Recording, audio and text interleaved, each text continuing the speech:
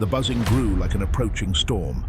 Ben Carter, 52, had just stepped out of his hardware store on Main Street when he felt the first sting pierce his skin. The businessman looked around, confused, trying to understand where that deafening sound was coming from that filled the hot afternoon in Springfield. In seconds, the sky darkened. Thousands of killer bees swarmed over him like a furious black cloud. Ben screamed, covering his face with his hands as he ran desperately down the sidewalk, but the insects pursued him with relentless fury. Each sting felt like a burning needle penetrating his already swollen skin. "Help! Somebody help me!" he bellowed, stumbling and falling to his knees in the middle of the street. His arms were covered in red welts, and he felt his throat begin to close. Passers-by screamed in horror, but no one dared approach the deadly swarm. It was then that a tiny figure appeared, running between the stopped cars. Lily, just 4 years old, had curly hair matted with sweat and dirt, wearing a torn, once-pink t-shirt and frayed shorts. Her bare feet slapped against the hot asphalt as she headed directly into danger. The girl grabbed a discarded metal pipe from a nearby construction site and began to bang it on the ground with all the strength her small arms allowed. The metallic clang echoed through the street, creating a rhythmic and deafening percussion that competed with the bees' buzzing. "Get out! Get out of here!" Lily screamed, continuing to hit the metal pipe against the asphalt and nearby street signs. Her small hands were already bruised from the impact, but she didn't stop. The noise grew louder, creating a vibration that disoriented the insects. Ben, still on the ground and his face disfigured by stings, watched through his swollen eyes as that child faced the swarm without any fear. The bees began to disperse, disturbed by the constant noise Lily was making. The girl continued her strategy, running back and forth, always banging the metal pipe on different surfaces. Gradually, the swarm moved away, flying towards the trees in a nearby park. Lily didn't stop until she was sure the last bee had disappeared. Only then did she drop the metal pipe and run to Ben, who was slumped and breathing with difficulty. "Mister, are you okay?" she asked, kneeling beside him. Her small hands tried to help him up, but Ben was too heavy for her. "Little girl, you saved my life," he mumbled, still gasping for air. His face was unrecognizable from the swelling, but his eyes showed profound gratitude. "How did you know what to do?" "My mom taught me that noise scares away angry bees," Lily replied simply, wiping sweat from her forehead with her dirty hand. "You need medicine. You're really swollen." An ambulance arrived within minutes, called by a witness to the incident. Ben was taken to the hospital, but before getting on the stretcher, he held Lily's small hand. "What's your name, brave girl?" "Lily. I live on the streets," she said, naturally, as if it were the most normal thing in the world. "Lily, I won't forget what you did for me. Do you have somewhere to stay tonight?" The girl shook her head negatively, and Ben felt his heart ache. Even in his weakened state, he made a decision that would change both their lives forever. "You're coming with me," he said firmly, despite his voice still being weak. "I'll take care of you." Lily looked at the swollen, injured man, not completely understanding what was happening. Having lived on the streets for 2 years, she had learned to distrust adults, but something in Ben's eyes reassured her. At the hospital, while Ben received treatment for anaphylactic shock, Lily waited patiently in the hallway, sitting on a plastic chair that made her feet dangle in the air. The nurses tried to talk to her, discovering that the girl was smart and spoke with impressive clarity for her age. "Do you have family?" a nurse asked kindly. "I did. My mom left a long time ago. Now I have Mr. Ben," Lily replied, as if she had already made her decision too. When Ben was discharged in the late afternoon, he found Lily exactly where he had left her, drawing on the floor with a piece of chalk someone had given her. She had drawn bees flying around 2 figures, one big and one small, holding hands. "Ready to see your new home?" he asked, his face still marked by the stings, but smiling the best he could. Lily nodded, took his hand, and together they left the hospital. Neither of them imagined that day marked the beginning of a journey that would reveal painful secrets, test the limits of love and loyalty, and transform not only their lives, but those of many other people around them. As they walked through the streets of Springfield towards Ben's car, the girl who had saved a stranger's life was about to discover that her own past held mysteries no one could imagine. Ben's house was in Willow Creek, a middle-class neighborhood with iron gates and well-maintained yards. Lily watched everything with wide eyes as the car drove up the hill. She had never been to a place like this, far from the noisy downtown where she slept under awnings. When the automatic gate opened, revealing a single-story yellow house with a wide porch, Lily whispered softly, "Is this where you live?"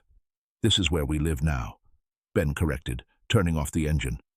Clara Carter appeared at the door before they even got out of the car. The 48-year-old woman, with brown hair tied in a bun, wore a floral apron over a simple dress. Her eyes widened at the sight of her husband's condition, his face still swollen and arms covered in bandages. "My goodness, Ben, what happened to you?" she exclaimed, running towards the car. "I'll tell you later. Clara, this is Lily. She saved my life today." Clara's eyes turned to the girl who shyly got out of the back seat. The child was dirty, with torn clothes and calloused bare feet. Clara felt a pang in her heart, but at the same time an instinctive resistance arose within her. "Ben, what are you thinking? We can't just bring a child from the streets into our home," she murmured quietly, trying to prevent Lily from hearing. "She has no one, Clara, and if it weren't for her, I'd be in the cemetery right now." Lily stood in the yard, observing the colorful flowers and, for the first time in years, smelling homemade food coming from inside a house. She didn't fully understand the adult's conversation, but she sensed the tension in the woman's voice. "Can I touch the flower?" she asked hesitantly, pointing to a red hibiscus plant. Clara looked at the small girl, with dusty curly hair and big eyes full of curiosity. For a moment her resistance waned. "Yes, sweetie, but be careful." During Lily's first bath in 2 years, Clara discovered several small scars on the girl's body, marks from falls, poorly healed scratches, and signs of malnourishment. She prepared the tub with warm water and fragrant soap, watching Lily marvel at the bubbles. "Has it been a long time since you've had a bath like this?" Clara asked softly. "I used to bathe at the fountain in the park, but the cleaning men always told me to leave," Lily explained, playing with the foam. "It smells good here." Meanwhile, in the kitchen, Ben called his brother David, who lived a few blocks away. He needed to tell him about the accident and warn him that he wouldn't be working for the next few days due to his injuries. "Ben, what a miracle you're calling me on a Friday night," David said from the other end of the line, his voice carrying a jocular tone. "David, something serious happened today. I was attacked by a swarm of bees downtown. If it weren't for a little girl—" "Girl? What girl?" "A street kid, brother. She saved my life. I brought her home." The silence on the other end of the line stretched for too many long seconds. David, 45, the accountant for Ben's 3 stores, felt a cold knot in his stomach when he heard about a street child. "What do you mean you brought her home? Ben, that's crazy. You don't know anything about this girl." "I know she's brave and she doesn't have a family. That's enough for now." After hanging up, David paced back and forth in his living room, sweating coldly. A street child in Springfield. It couldn't be. Rose had disappeared 2 years ago with her daughter. He had made sure of it. But what if it was the same girl? At the Carter's house, Lily wore one of Clara's old nightgowns that fit her like a dress. During dinner, the girl ate with ravenous appetite, but without losing her manners. Clara noticed that she held her fork correctly and said, "Thank you for each portion of food." "Where did you learn to eat like that?" Clara asked, curious. "My mom taught me. She said you always had to have good manners even when there was no food." "And where is your mom now?" Lily's little face closed off. "She left. One day she was there. The next she wasn't. I guess she didn't want me." That night, Clara prepared the guest room for Lily. As she made the bed, she watched the girl explore the room with reverence, carefully touching objects as if they were made of crystal. "Lily, do you remember your last name? Or your mom's full name?" "My name is Lily Miller. My mom is Rose Miller. She liked to sing and knew how to braid hair." Clara mentally noted this information. The next day, she would try to find out more about the girl's family through the proper authorities. Perhaps there was a relative willing to care for her. At 2 in the morning, Ben woke to the sound of quiet sobbing coming from the guest room. He found Lily curled up under the covers, trembling. "What is it, little one?" "I had a nightmare. I dreamed the bees came back, but I didn't have a metal pipe to scare them away." Ben sat on the edge of the bed and stroked the girl's hair. "The bees aren't coming back, and even if they did, I'd protect you now." "You promise you won't send me away?" The question hit Ben like a punch to the chest. That child had already been abandoned once, and now feared it would happen again. "I promise, Lily. You have a home now." The next morning, while Ben rested on doctor's orders, Clara took Lily to buy clothes and shoes. At the mall, the girl was fascinated by the lights, the escalators, and especially the store windows. "Can I choose any clothes?" she asked, incredulous. "Yes, you can. Choose the ones you like best." Lily carefully chose each item, always asking the price, and if it wasn't too expensive. Clara realized that the girl had a sense of value and responsibility far beyond her age. In the shoe store, when Lily tried on her first new pair of sneakers, she started to cry. "My mom always said that one day I would have real shoes," she sobbed. I guess she knew she was leaving. That afternoon back home, Lily helped Clara prepare lunch. The girl revealed that she knew spices and ingredients, recalling recipes her mother had taught her. As she peeled potatoes, she hummed a tune Clara didn't recognize. "What song is that, Lily?" "My mom used to sing it to me to sleep. It was about a girl who flew like a bird and found her family in heaven." It was then that Clara realized her heart had already opened to that child. The initial resistance had given way to a maternal love that grew by the hour. She watched Lily playing in the backyard, talking to the flowers as if they were friends, and imagined what it would be like to have a daughter. At 30, Clara had discovered she couldn't get pregnant. She and Ben tried treatments, but nothing worked. Lily's arrival seemed to fill a void she had carried for almost 2 decades. When Ben recovered from his injuries 3 days later, he found the house transformed. Lily had brought life to every corner. Her drawings adorned the refrigerator, her laughter echoed through the hallways, and her presence had created a family routine they never had. "Clara, I think we should find a lawyer," Ben said one night, watching Lily sleep peacefully in her new bed. "For adoption? To start the process. This girl is already our daughter. We just need to make it official." But what they didn't know was that Lily's arrival had awakened ghosts from the past that would soon come to haunt the peace that was beginning to form. David hadn't slept properly since his brother's call, and the next week he would take action that would put everyone in danger. A week later, David finally gathered the courage to visit his brother's house. He parked across the street and watched for a few minutes before knocking on the door. His eyes scanned every detail of the facade, looking for signs of the girl whose presence so terrified him. When Clara opened the door, David forced his best smile. "Dear sister-in-law, I came to see how the convalescent is doing." "David, come in, come in. Ben is much better, and we have some news for you." David's heart pounded, but he kept his expression neutral as he entered the living room. It was then that he saw the girl sitting on the floor, organizing puzzle pieces with impressive concentration for her age. "Lily, come meet Uncle David, Daddy Ben's brother," Clara called sweetly. Lily looked up and studied the man for a few seconds. Something in his expression made her hesitate.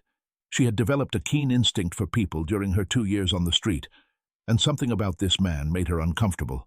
"Hi," she said simply, returning her attention to the puzzle. David observed every feature of the girl's face, every movement, every expression. There was no doubt. This was Rose's daughter. The same dark eyes, the same face shape, the same high forehead. The nightmare he thought he had buried 2 years ago was back, right in his brother's house. "What a smart girl," he commented, his voice trembling slightly.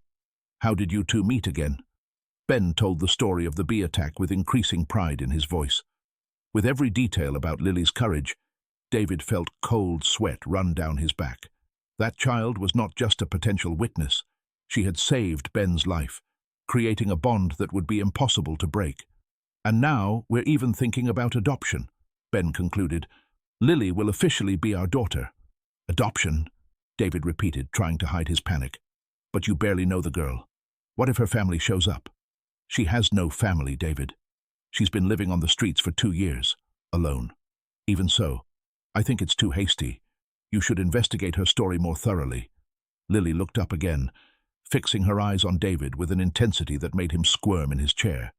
Children who survive on the streets develop a special perception for danger, and every fiber of Lily's being screamed that this man represented a threat.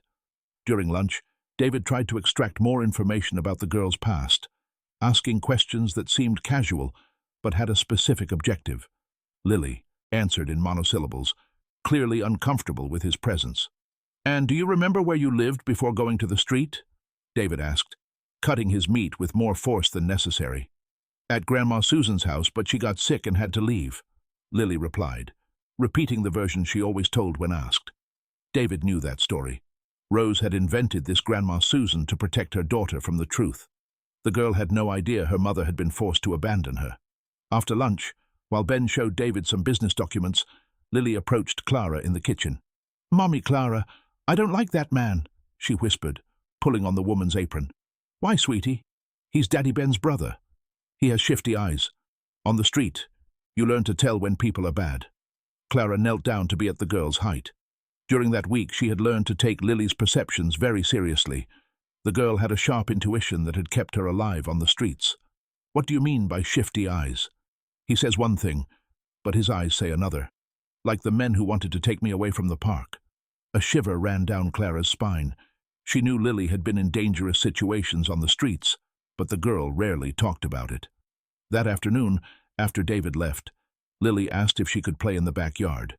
Ben and Clara watched her from the kitchen window as she chased butterflies and talked to the plants. "Ben, Lily said something strange about your brother," Clara commented, telling him about the conversation in the kitchen. "Strange how?" "She said he has shifty eyes, and that she learned to recognize bad people on the street." Ben frowned. David had asked a lot of questions about Lily, more than would be natural for someone who had just met her, and there was something about his behavior that didn't seem natural. Maybe it's just normal distrust.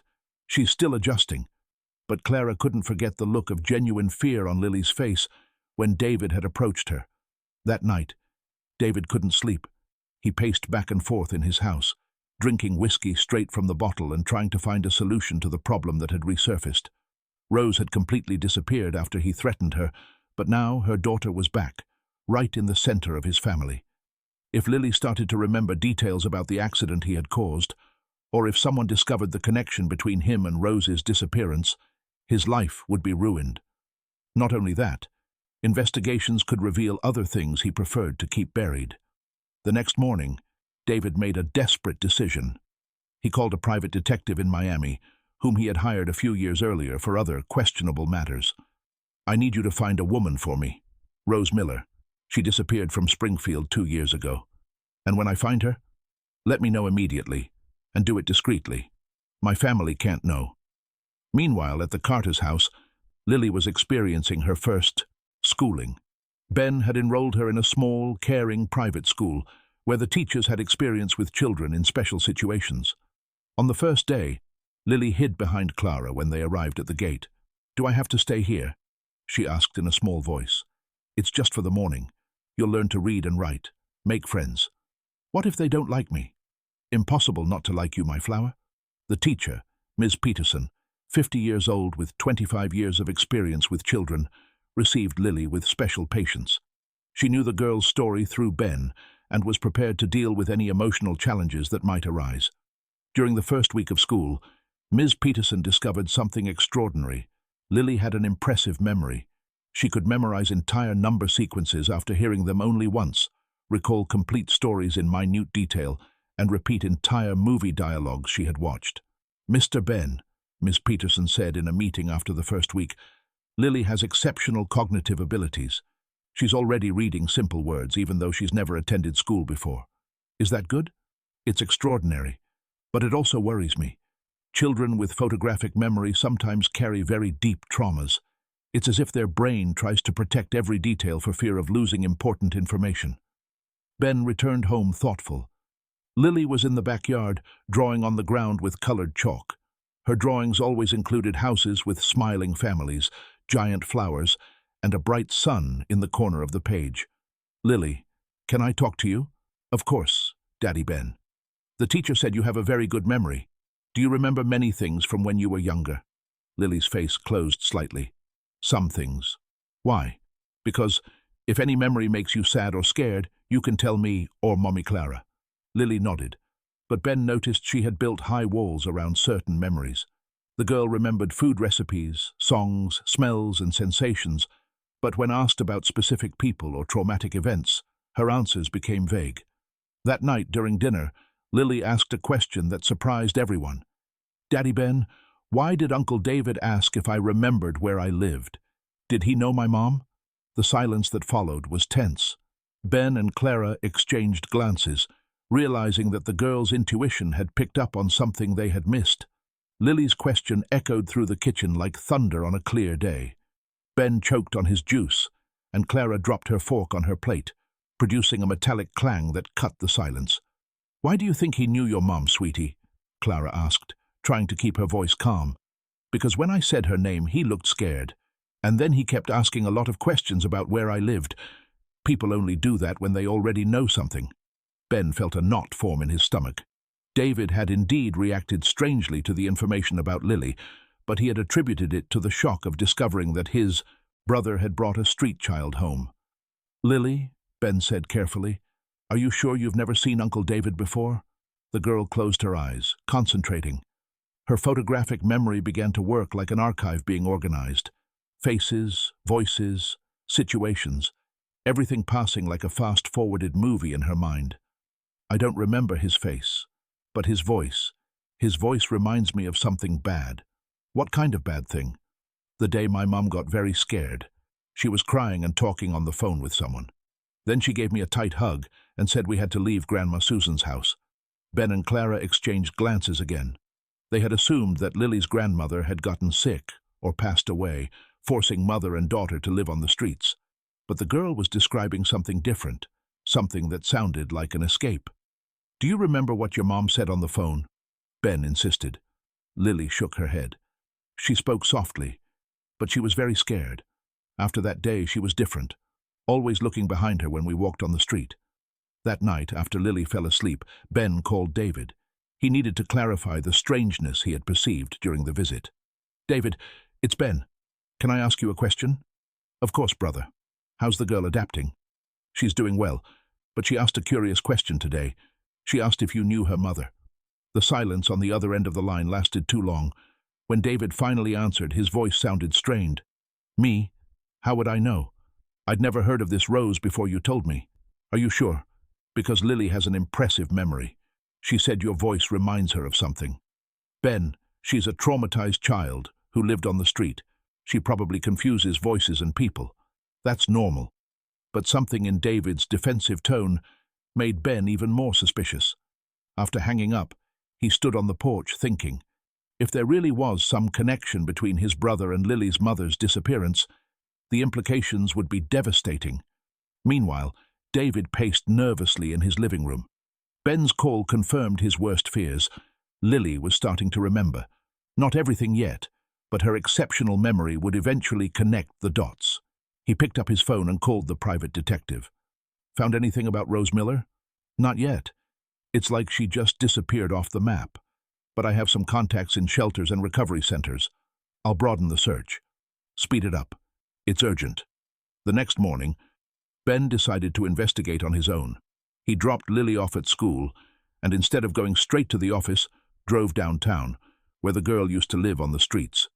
He parked near the park where Lily had told him she sometimes slept and began to talk to the local merchants. Most remembered the little girl who asked for food and sometimes helped carry groceries in exchange for a few dollars. "Ah, Lily!" exclaimed Mr. Henderson, the owner of a bakery. "Smart, well-behaved girl. Her mom disappeared all of a sudden, poor thing. Did you know her mother? Rose was a beautiful, hard-working woman. She cleaned houses around here.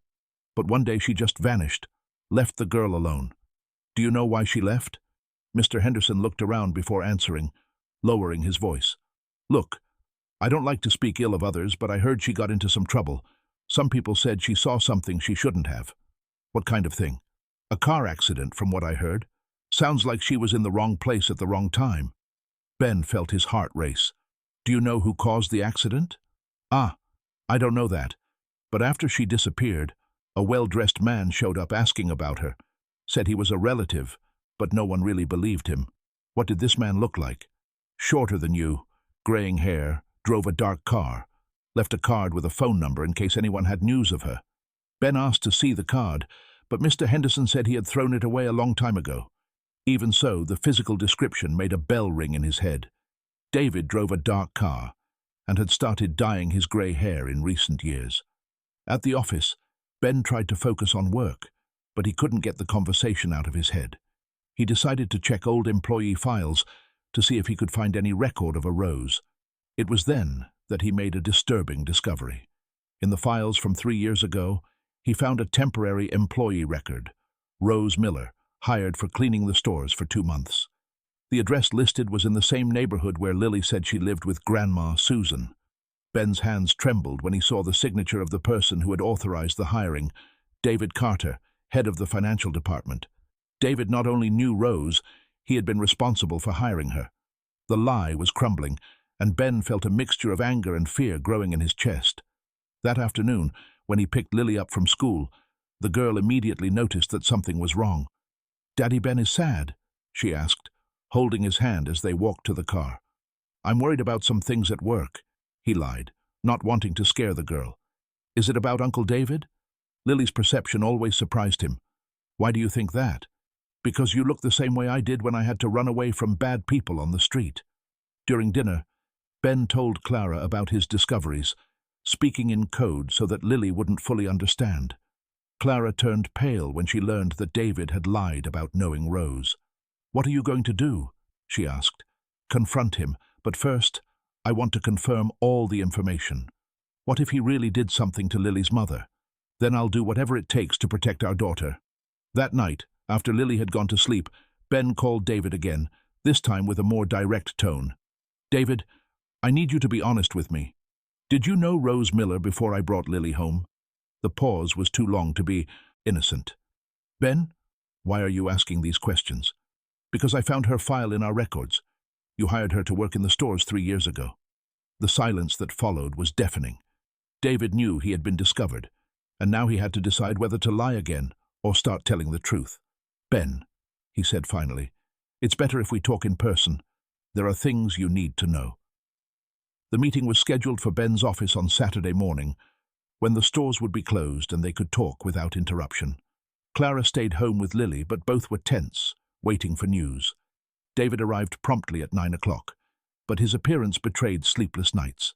His eyes were hollow, his beard unshaven, and his hands trembled slightly as he sat in the chair across from his brother's desk.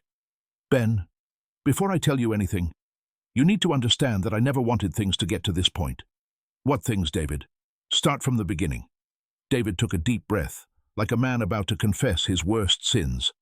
3 years ago, I was having some financial problems. Gambling debts, you know how it is. "I don't know how it is. I've never gambled."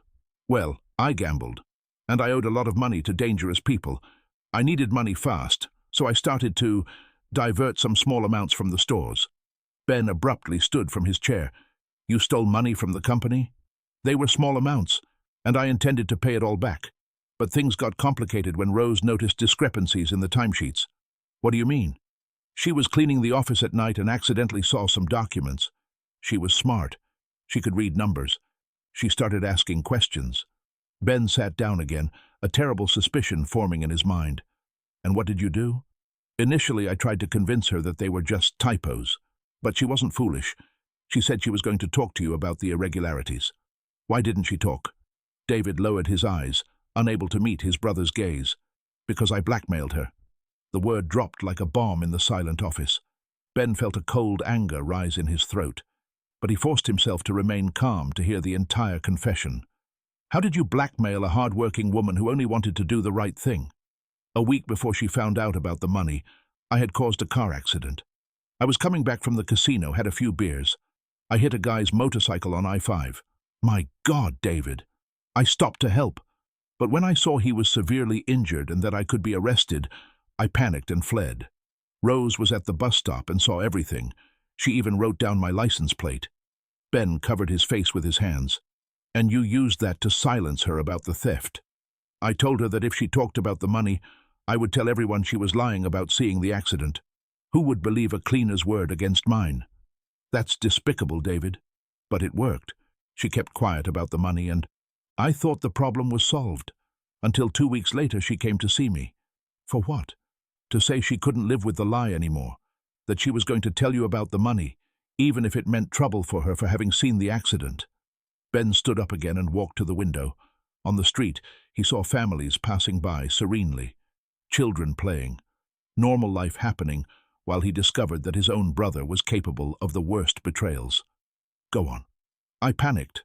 I told her that if she said anything I would not only deny everything, but would have her arrested as an accomplice to the accident. I made up that I had false witnesses who would say she was in the car with me. And she believed you? She was a simple woman, Ben. She had a small daughter to raise alone. She couldn't risk being arrested. So, I offered a deal. If she left town and never came back, I would forget about both the money and the accident. But if she stayed, I would destroy her life and her daughter's. Ben turned to face his brother, his eyes full of an anger he had never felt before. You forced a mother to abandon her daughter. I didn't tell her to abandon the girl. I told her to leave town. She chose to leave the child behind. Because you terrorized her. A woman alone, without resources, being threatened by a man with money and connections. What choice did she have? David began to cry, tears of despair streaming down his face. I know I did terrible things, but I was desperate. The people I owed money to threatened to break my legs. And where is Rose now? I don't know. She just disappeared. I tried to look for her a few times to make sure she wouldn't come back, but I never found a trace of her. Ben sank heavily into the chair, trying to process the magnitude of his brother's betrayal. It wasn't just theft or cowardice in traffic. It was the deliberate destruction of a family. How much money did you steal in total? In 3 years, almost $200,000. 200,000? Ben shouted, finally losing his composure. Our company almost went bankrupt last year due to lack of working capital, and you had stolen $200,000? I was going to return it. When? After stealing how much more? David had no answer. He remained silent, hunched in the chair like a child caught misbehaving. And the guy from the accident? How is he? He was hospitalized for a few months, had several surgeries, but he recovered. And you never thought about taking responsibility? I thought about it many times, but the more time passed, the harder it became. And then Rose disappeared, so there were no more witnesses. Ben stood up and walked to the office door. Get out. Ben, please, we can work this out. Get out! Before I do something we'll both regret. And what about Lily? Are you going to tell her? Ben stopped with his hand on the doorknob. That was the question he feared most. How to tell a 4-year-old girl that the man she instinctively distrusted was responsible for separating her from her mother. I'll do what's best for my daughter, and that includes keeping her away from you. Ben, please. You have 1 week to return all the money you stole. If you can't, I'm going to the police. A week is impossible. I don't have that much money. Then sell whatever you need to. House, car, whatever you have. But I want every cent back. David left the office dejectedly, knowing that he had lost not only his brother but his whole family. Ben remained alone in the room, trying to decide how to tell Clara and Lily about the devastating revelations. When he got home, he found them both in the backyard. Lily was watering plants while Clara prepared Sunday lunch. The domestic and peaceful scene contrasted cruelly with the storm brewing in his mind. So, what did he say? Clara asked as soon as Lily moved away. Worse things than I imagined. Ben told her everything in detail, watching Clara's face turn pale with each revelation. When he finished, she was crying silently. My God, Ben, her mother could be anywhere. She could even be... Don't say that. We'll find her. What if we can't? What if she really doesn't want Lily back? Then we'll take care of her forever, but she deserves to know the truth about what happened. Just then, Lily appeared in the kitchen, her hands dirty with soil and a smile on her face. Daddy, Ben, why do you two look sad? Ben picked her up, feeling his heart break. That brave girl who had saved his life deserved a family that would never abandon her, and he would do anything to ensure that. We're not sad, sweetie. We're thinking about how to make you even happier. But internally, Ben knew the next few days would be the hardest of their lives. The search for Rose was just beginning, and he had no idea where it would lead them. The week that followed David's confession was a whirlwind of emotions and difficult decisions. Ben hired a different private detective than David had used, determined to find Rose on his own. Clara, for her part, struggled with conflicting feelings. Part of her hoped they would find Lily's mother. Part of her feared losing the girl she already loved like a daughter. Lily sensed the tension in the air. During dinners, the adults spoke in whispers and changed the subject when she approached. At school, Ms. Peterson noticed that the girl was quieter and asked if everything was all right at home. Mommy Clara and Daddy Ben are worried about something important, Lily replied with the honesty typical of children. I think it's about my real mom. Ms. Peterson was alarmed by the comment and called Ben that same afternoon. Mr. Ben, Lily mentioned something about her biological mother. Is there anything I should know? We're trying to locate her mother. We found some information about what truly happened when she disappeared. And Lily knows this? We haven't told her the details yet. We want to be sure of some things first. May I suggest caution? Children Lily's age can create complex fantasies when there's uncertainty about parental figures. It's important to be very careful with the information you share. That night, Ben and Clara had a difficult conversation about how to approach the subject with Lily. The girl was playing in her room, humming softly the song her mother used to sing to her. Ben, what if we find Rose and she wants Lily back immediately? Clara asked, her voice laced with anxiety. Then we'll have to accept it. She's the biological mother. But Lily barely remembers her. And we're the family she knows now. Would it be fair to tear her away from all of this? Clara, we can't be selfish. If Rose is alive and wants her daughter back, we have to consider that. And what if she doesn't want her? What if she truly abandoned Lily by choice? Then we'll know the truth, and we can move forward with the adoption. 3 days later, the private detective, Sam Miller, brought the first concrete news. He had found records of a Rose Miller in a recovery center for people with mental health issues in Miami. She was admitted 2.5 years ago, but she was discharged 6 months ago, Sam explained. The address I have is for a boarding house in Little Havana. Mental health issues? Ben repeated, feeling his heart ache. Yes. According to the medical records I was able to access, she was admitted with severe depression and panic attacks. The medical report mentions psychological trauma related to forced separation from a minor. Clara covered her mouth with her hands. She went crazy with grief from having to leave Lily. It seems so, but the important thing is that she recovered and has been living independently for a few months. Ben made an immediate decision. I want to go to Miami tomorrow. Ben, what if she doesn't want to see us? What if she's furious that we have Lily? Then we'll face it. But she deserves to know that her daughter is well, and that we've discovered the truth about what David did. That night, Ben finally decided to talk to Lily about it. He found her in the backyard, drawing with chalk on the ground.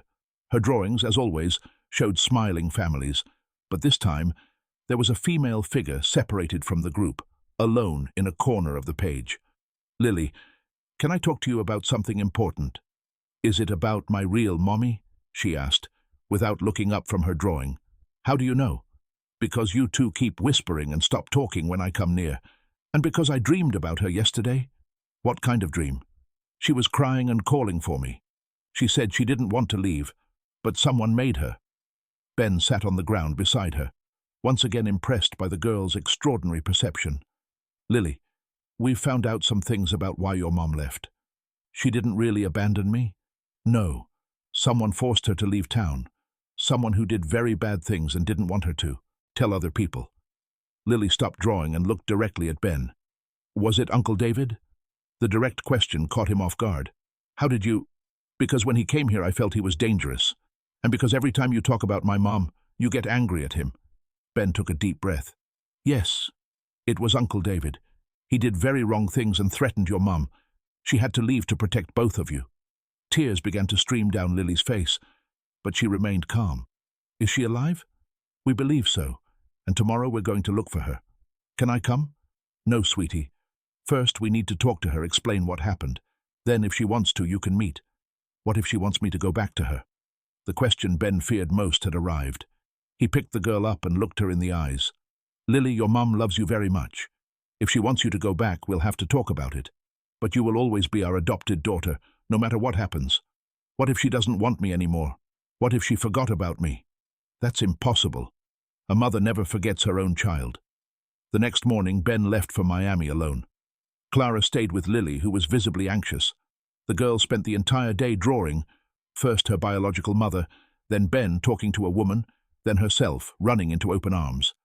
The address Sam had given led to a simple but clean boarding house in Little Havana. Ben climbed the creaky wooden stairs to the second floor and knocked on the door of room 15. The woman who opened the door was clearly Rose Miller, the same eyes as Lily, the same face shape, but marked by years of suffering.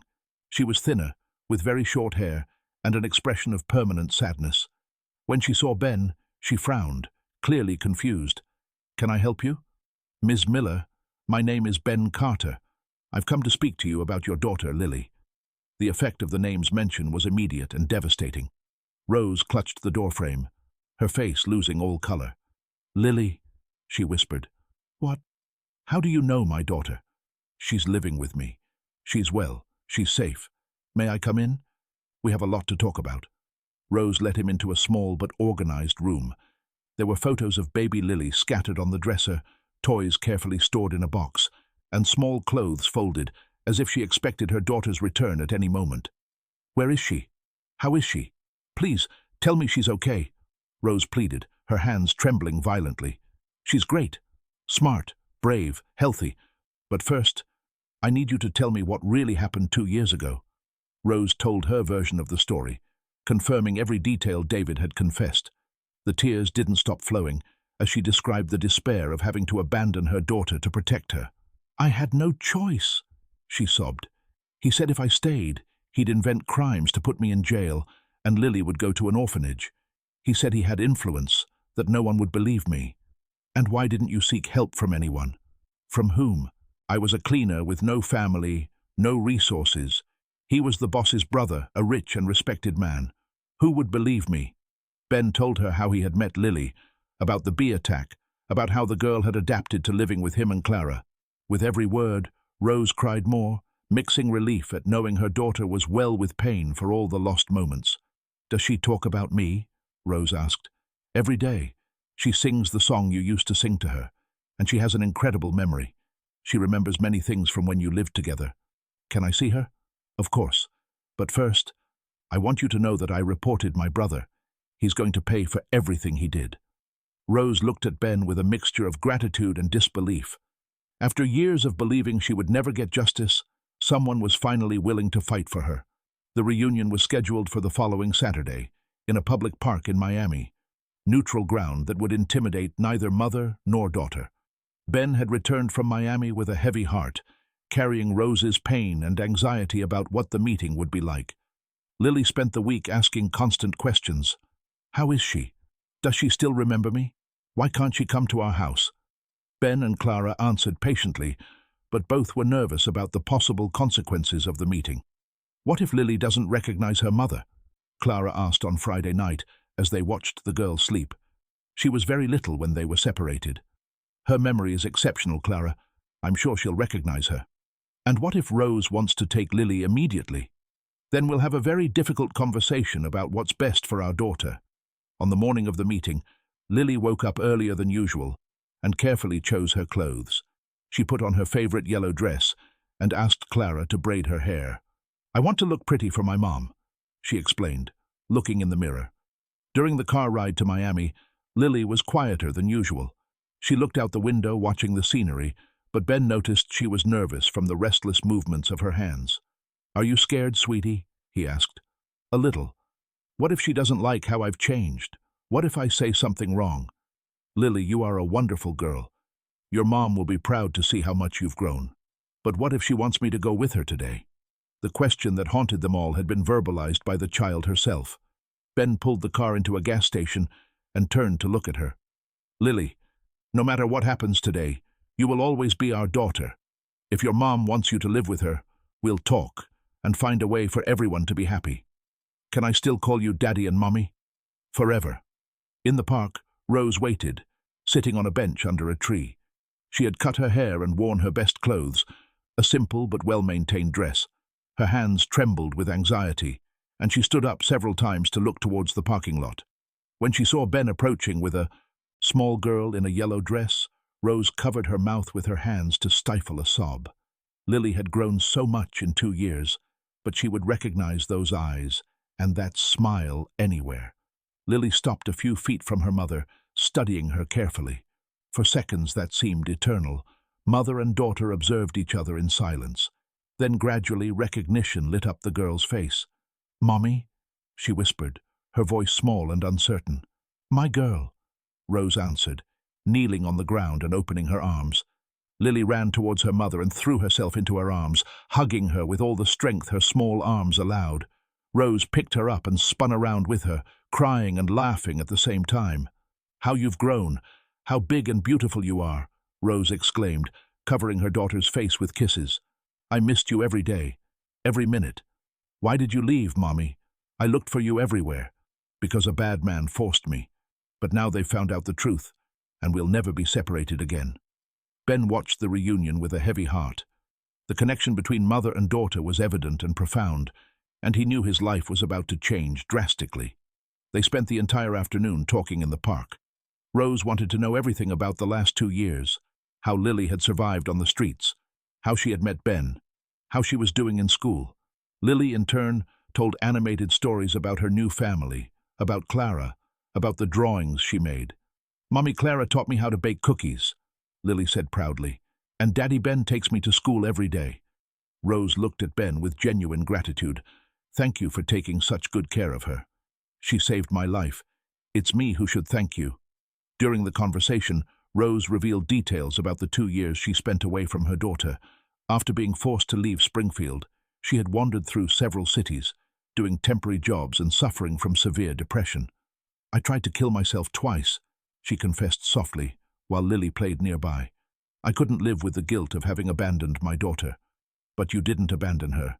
You were forced.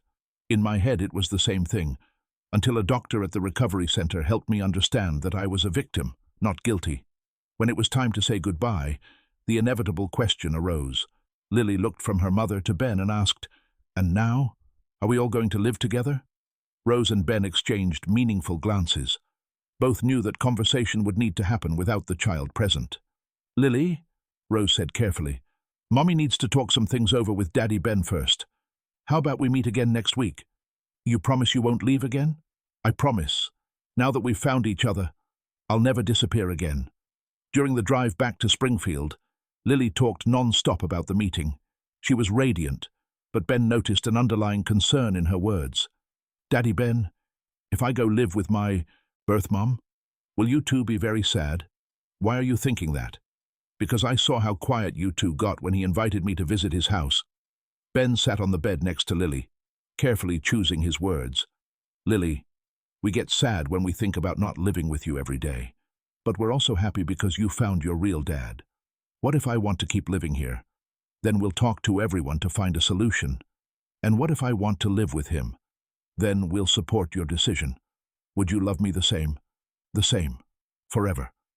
That night, after everyone had left, Lily asked a question that caught Ben and Clara off guard. "Daddy Ben, if I go live with my blood dad, will you two be very sad?" "Why are you thinking that?" "Because I saw how quiet you got when he invited me to visit his house." Ben sat on the bed next to Lily, carefully choosing his words. "Lily, we'd be sad if you didn't live with us every day. But we'd also be happy because you found your real dad. What if I want to keep living here? Then we'll talk to everyone to find a solution. And what if I want to live with him? Then we'll support your decision. Would you love me the same? The same. Forever."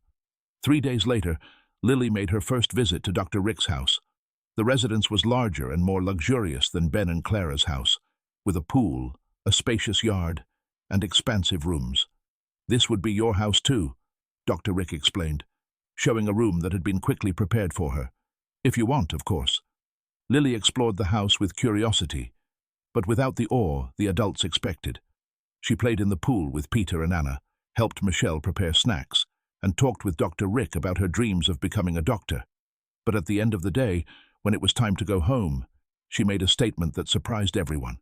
"I really liked your house, and I liked meeting my brother and sister, but I want to keep living with Daddy Ben and Mommy Clara." "Why?" asked Dr. Rick, trying to hide his disappointment.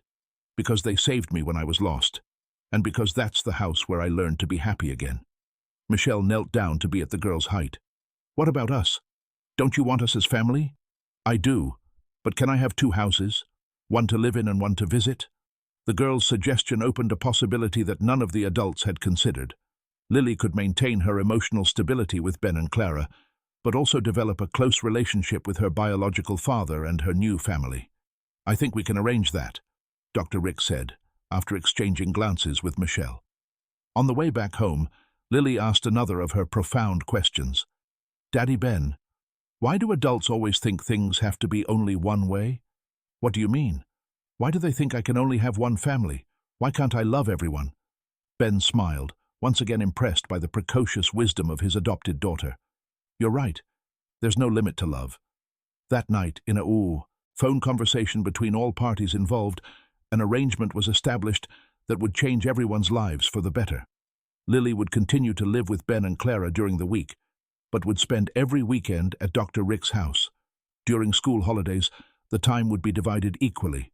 It was a complex arrangement that would require a lot of dialogue and flexibility from everyone involved.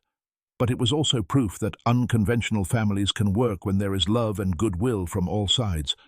The last piece of the puzzle was falling into place, but there was still one final surprise that would change everything once more. 2 months after the new family dynamic was established, Lily had perfectly adapted to the routine of 2 homes. During the week, she maintained her normal life with Ben and Clara, school, homework, playing in the backyard. On weekends, she immersed herself in the world of the Jones family. Pool, outings with Peter and Anna, conversations about medicine with Dr. Rick. The adaptation surprised even the psychologists who were following the case. Lily showed no signs of confusion or anxiety with the split. On the contrary, she seemed to flourish even more with so much love around her. She is extraordinarily resilient, the child psychologist commented during a routine consultation. But there is something you need to observe. What? Ben asked, immediately worried. Children with this adaptive capacity sometimes hide very deep traumas. Lily might be trying too hard to be strong, trying to protect all the adults around her. The observation planted a seed of concern in everyone.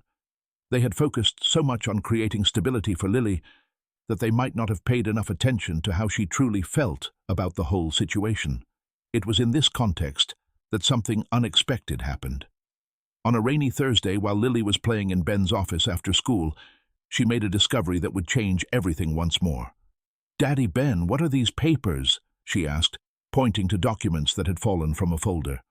Ben looked and saw that they were papers related to the criminal case against David, documents that specifically mentioned Rose's name and the circumstances of her disappearance. "They're work papers, sweetie. Nothing important." But Lily had inherited her mother's curiosity and her father's intelligence. Her photographic memory caught words and names before Ben could collect the documents. "Why is my birth mom's name written here? And why does it say threat?" Ben's heart sank. They had decided to spare Lily the darker details about what David had done, but now she had discovered it on her own. "Lily, these are documents about the bad things Uncle David did. He threatened my mom?" The direct question left no room for evasions. Ben knelt in front of the girl, preparing for a conversation he hoped to avoid for a few more years. "Yes, he threatened your mom to make her leave town." "Why?" "Because he was stealing money from our company, and your mom found out. He was afraid she would tell me." Lily was silent for several minutes, processing the information. Her next words surprised Ben. "Is that why you were so mad at him? It wasn't just about the money? That's why. He destroyed your family to protect his crimes. And where is he now? In prison, paying for what he did." Lily nodded slowly. "So he can't hurt anyone anymore." "He cannot." That night, Lily had her first nightmare in months. She awoke crying, calling for Ben and Clara. When they rushed to her room, they found her trembling beneath the covers.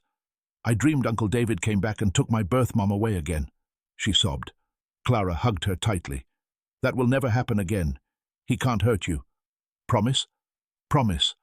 But the nightmare was only the beginning. Over the following weeks, Lily began to show signs that the trauma was surfacing.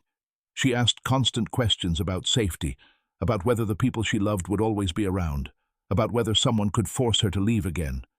"Daddy Ben, what if someone says I can't live here anymore?" "No one can do that, Lily. You're our daughter legally now. But my birth mom is also my family legally. What if she changed her mind?" "She would never do that." "But what if she did?" The questions became more frequent and more anxious. Lily, who had shown impressive adaptability, was finally processing all the trauma of instability she had experienced.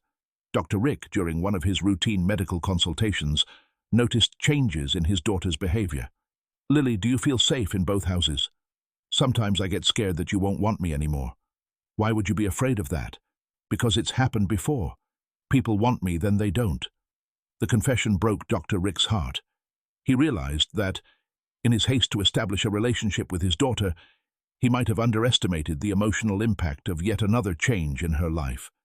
It was then that Michelle had an idea that would change everything. "Rick," she said one night, "I think we need to do something different." "What?" "Lily is afraid of losing the families she gained. What if, instead of her having 2 houses, we all become one big family?" "What do you mean?" "What if Rose, Ben and Clara moved here? Or we moved there? A big house where we could all live together?" The idea was radical, but it made sense. Lily had repeatedly shown that she didn't want to choose between the people she loved. She wanted all of them together. The next day, Michelle spoke with Clara about the idea while the two waited for Lily to get out of school. "Michelle, would that work? So many adults living in the same house." "It would work if everyone was focused on Lily's well-being." "What about practical matters? Space, privacy, decisions about her education?" "We can resolve all of that. The question is, would you be willing to try?" That night, there was a family meeting with all the important adults in Lily's life. The girl was sleeping, oblivious to the conversation that could change her future once again. "The proposal is simple," Dr. Rick explained. "Instead of Lily being divided between 2 families, what if we all became one single family?" "Logistically, how would that work?" Ben asked. "We can buy a bigger house, with spaces for everyone, or renovate one of the existing houses. The important thing is that Lily would have all her family in one place." Rose, who had remained quiet, finally spoke up.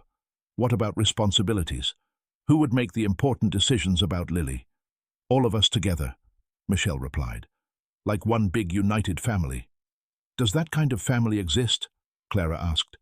"It might not be common," Dr. Rick admitted. "But if it works for Lily, that's what matters." The discussion continued late into the night, addressing practical, legal, and emotional issues.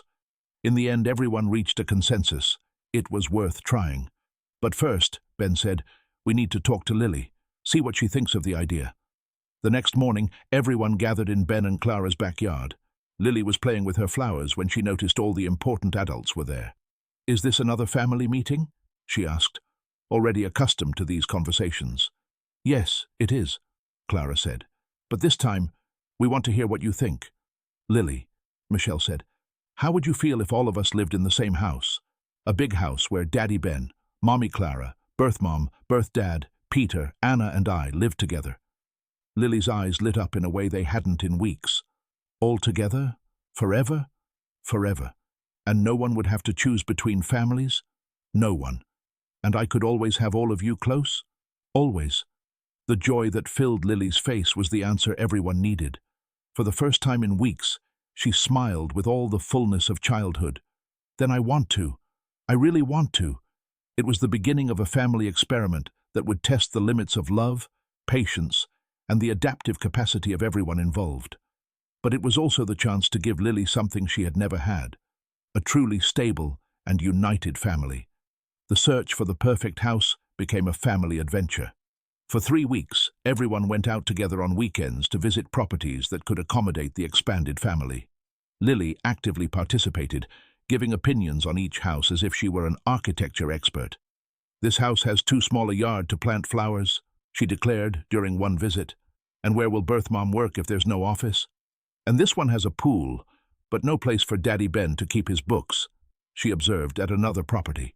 Dr. Rick and Michelle were impressed with how Lily considered the needs of all family members. For her, it wasn't just about finding a big house, but a home where everyone had their space and felt comfortable. It was on a rainy Thursday that they found the perfect property. It was a single-story colonial-style house with 5 bedrooms, 3 bathrooms, a spacious living room, a large kitchen, an office, a garden with a pool, and, to Lily's delight, an established vegetable patch in the back. "This is it!" she shouted as soon as she entered the house. "This is our home!" "Are you sure?" Ben asked. "We haven't even seen all the rooms yet." "No need. I just feel it's here." And she was right. The house had the welcoming energy they were all looking for. The bedrooms were well distributed, allowing privacy for each family unit. But the common areas were spacious enough to bring everyone together. The move was carefully planned. Each family would keep some furniture and personal items, but much would be bought new to symbolize the new beginning. Lily participated in choosing every detail, from the wall colors to the furniture arrangement. "Birth mom's room has to be close to mine," she insisted. "That way, she can hear me if I have a nightmare. And Daddy Ben's office has to have a little table for me to do homework," she added. "And the kitchen needs to be big enough for everyone to cook together on Sundays." During the preparations for the move, something happened that once again tested the strength of that unconventional family. Peter, Dr. Rick's eldest son, began to question the situation. "Dad," he said in a private conversation, "is this really going to work? Isn't it too many people for one house? Why are you worried?" "Because my friends think it's weird, and because sometimes I feel like I don't have a normal family anymore." Dr. Rick understood his son's anxiety. For a 15-year-old, having to explain to friends that he now lived with his 4-year-old half-sister and 2 different families could be complicated. "Peter, do you want us to change our plans?" The boy was silent for several minutes. "No. It's just, Lily's cool, and I like her. I just wish things were simpler. The best things in life are rarely simple. What if it doesn't work out? What if everyone starts fighting? Then we'll find another solution. But it's worth trying." Anna, on the other hand, was excited about the move. The 12-year-old girl had connected deeply with Lily and saw the new situation as an adventure. "I'm finally going to have a little sister," she told Michelle. "And I'm going to teach her everything about being a girl." "She already knows a lot about being a girl," Michelle laughed. "But she doesn't know about makeup, hair, clothes. I'll be the perfect big sister." The move happened on a sunny Monday in March. All the neighbors on the street curiously watched the comings and goings of moving trucks stopping at the same house. It was unusual to see so many different families moving into the same place. Lily supervised the entire operation, guiding the workers on where everything should go. "Mommy Clara's bed goes in that room," she pointed out, "and Daddy Ben's books go in the big office. Aunt, Michelle's pots stay in the kitchen, but Mommy Clara's too. They'll cook together." At the end of the day, when the last box was placed, everyone gathered in the living room to contemplate what they had achieved. "We did it," Rose said, incredulous. "We really managed to create a home for all of us." "And now?" Clara asked. "How do we establish the rules of cohabitation?" "How about we start with dinner?" Michelle suggested. "First meal in our new house." Dinner was a celebration. Lily had insisted on sitting at the center of the table, where she could see everyone at once. During the meal, she gave a speech that touched everyone present. "Thank you for doing this for me," she said with the seriousness of an adult. "I know it wasn't easy for anyone, but now we are a real family." "We've always been a family, sweetie," Ben said. "It's just that now we're all in the same place." In the weeks that followed, the new family dynamic went through periods of adjustment. There were discussions about bath times, about who did what in the house, about rules for the children. But there were also moments of pure joy that compensated for all the difficulties. Like Sunday mornings, when Lily would wake up early and run through the rooms waking everyone for collective breakfast. Or Thursday afternoons, when she did homework in Ben's office, while Rose organized documents at the stores. "Daddy Ben," she said one of those afternoons, "now that we're a big family, I need more drawers." "More drawers for what?" "To keep everyone's things. Photos, drawings, love letters." "Love letters?" "Yes. When I grow up, I'm going to write love letters to my whole family. I need a place to keep them." Dr. Rick, who was listening to the conversation, smiled.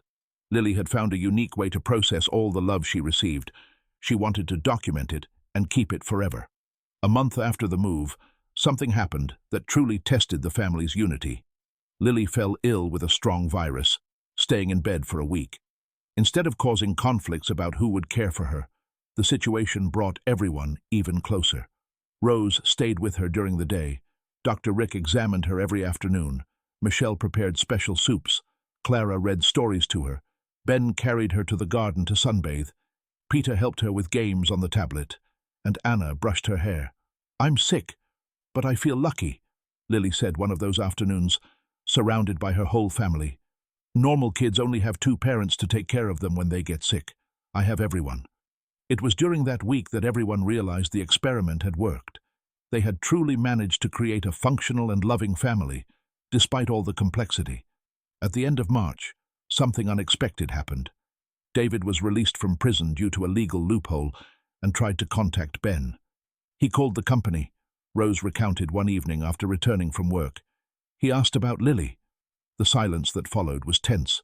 Everyone knew that David represented the only element from the past that could still threaten the stability they had built. What did he want to know? Dr. Rick asked. If she was still living with you. If I had moved back to town. He seemed nervous. And what did you tell him? That I had nothing to say to him. That night, after Lily was asleep, the adults had a serious conversation about how to protect the family they had built. He cannot approach Lily, Michelle said firmly. Nor Rose. Agreed, Ben said. But how do we ensure that?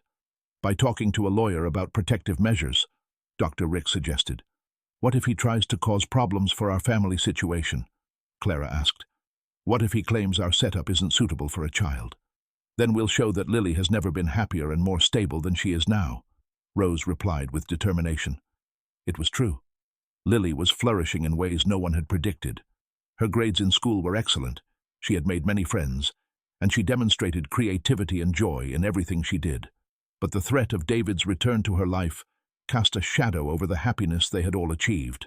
The family that had overcome so many obstacles would now have to face another challenge to protect the peace they had found. David's threat materialized unexpectedly on an April morning. Lily was playing in the garden of their new house when she saw a familiar man standing across the street, observing the property. Even having been only 4 years old when she last saw him, her photographic memory recognized him immediately. "Mommy Clara!" she shouted, running inside the house. "The bad man is outside!" Clara dropped what she was doing and rushed to the window. David was there, visibly distraught, observing the house with an expression that mixed desperation and anger. She immediately called Ben and Dr. Rick, who were at work. "He's here," she said, trying to keep her voice calm so as not to scare Lily further. "Across the street." "I'm on my way," Ben replied. "Don't let Lily leave the house." Dr. Rick also canceled his appointments and headed home. When they arrived, they found David still in the same spot, as if gathering courage to cross the street. "Stay with Lily," Ben told Clara. "I'll handle this."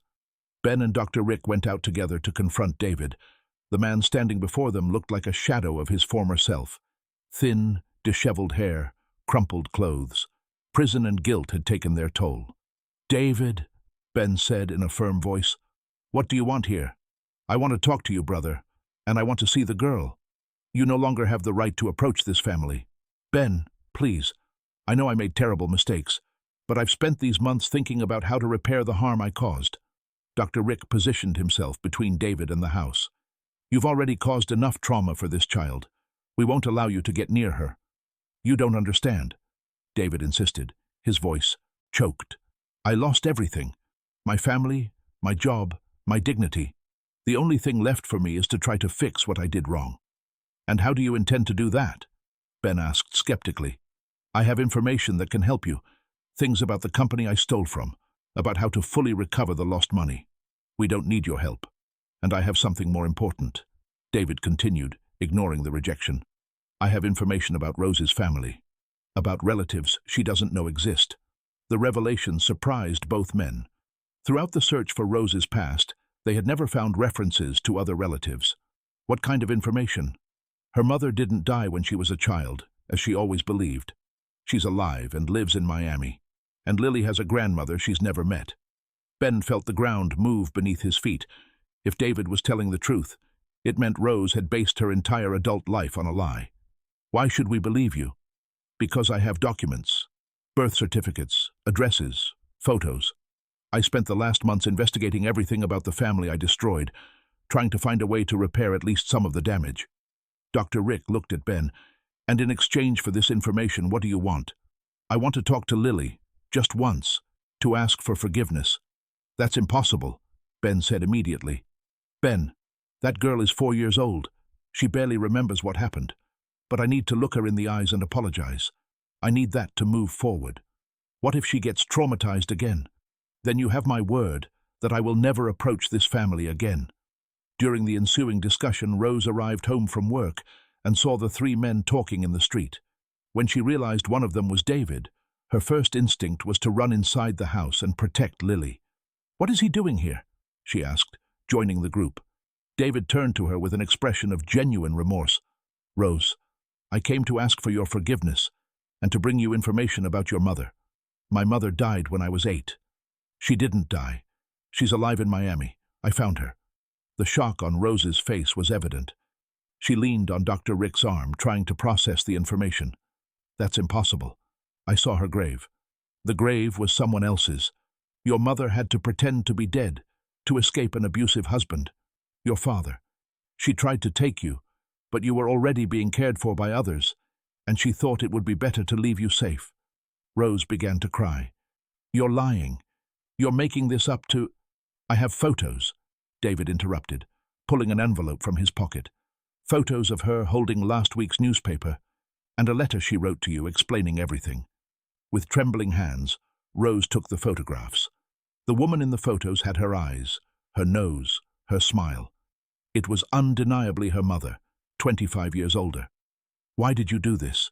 she whispered. "Why did you investigate my family?" "Because I needed to understand the extent of the harm I caused, and because I wanted to find a way to repair at least part of it."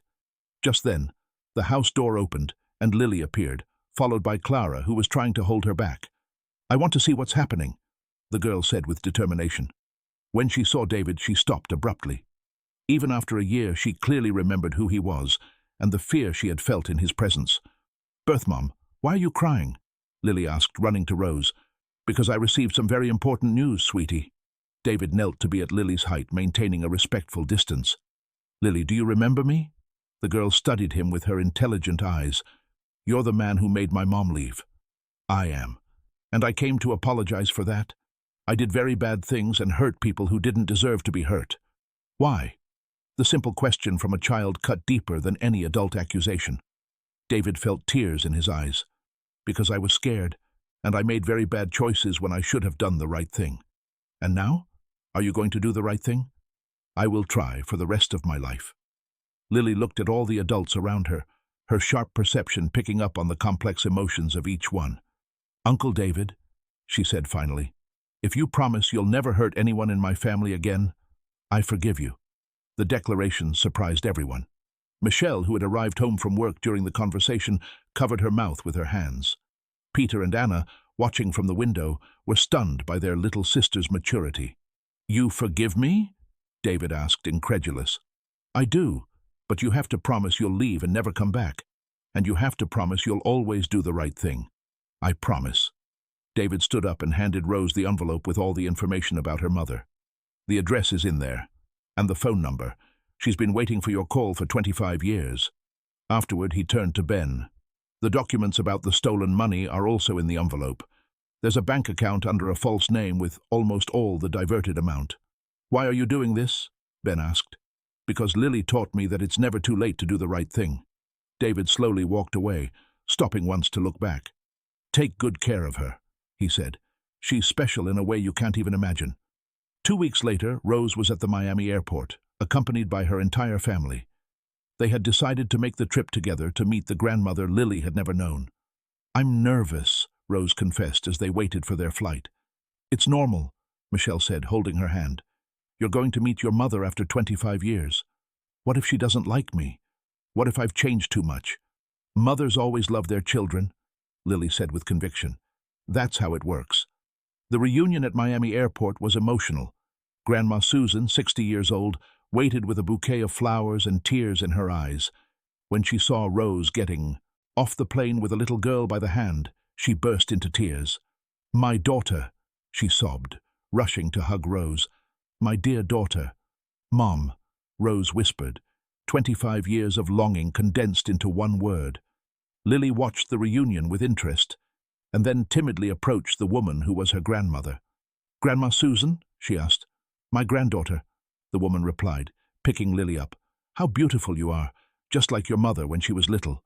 In those days in Miami, the family became complete in a way no one had imagined. Grandma Susan told her story, fleeing an abusive husband, years in hiding, the constant pain of not being able to find her daughter. "I tried to find you many times," she explained to Rose, "but I always knew you were well cared for. I preferred to suffer alone than to put you in danger." "And now?" Rose asked. "Now we can make up for lost time." On the way back to Springfield, something happened that perfectly symbolized their journey.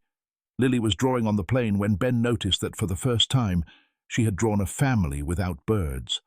"Where are the birds, sweetie?" "I don't need to draw birds anymore," she explained. "The birds were for when I wanted to fly away.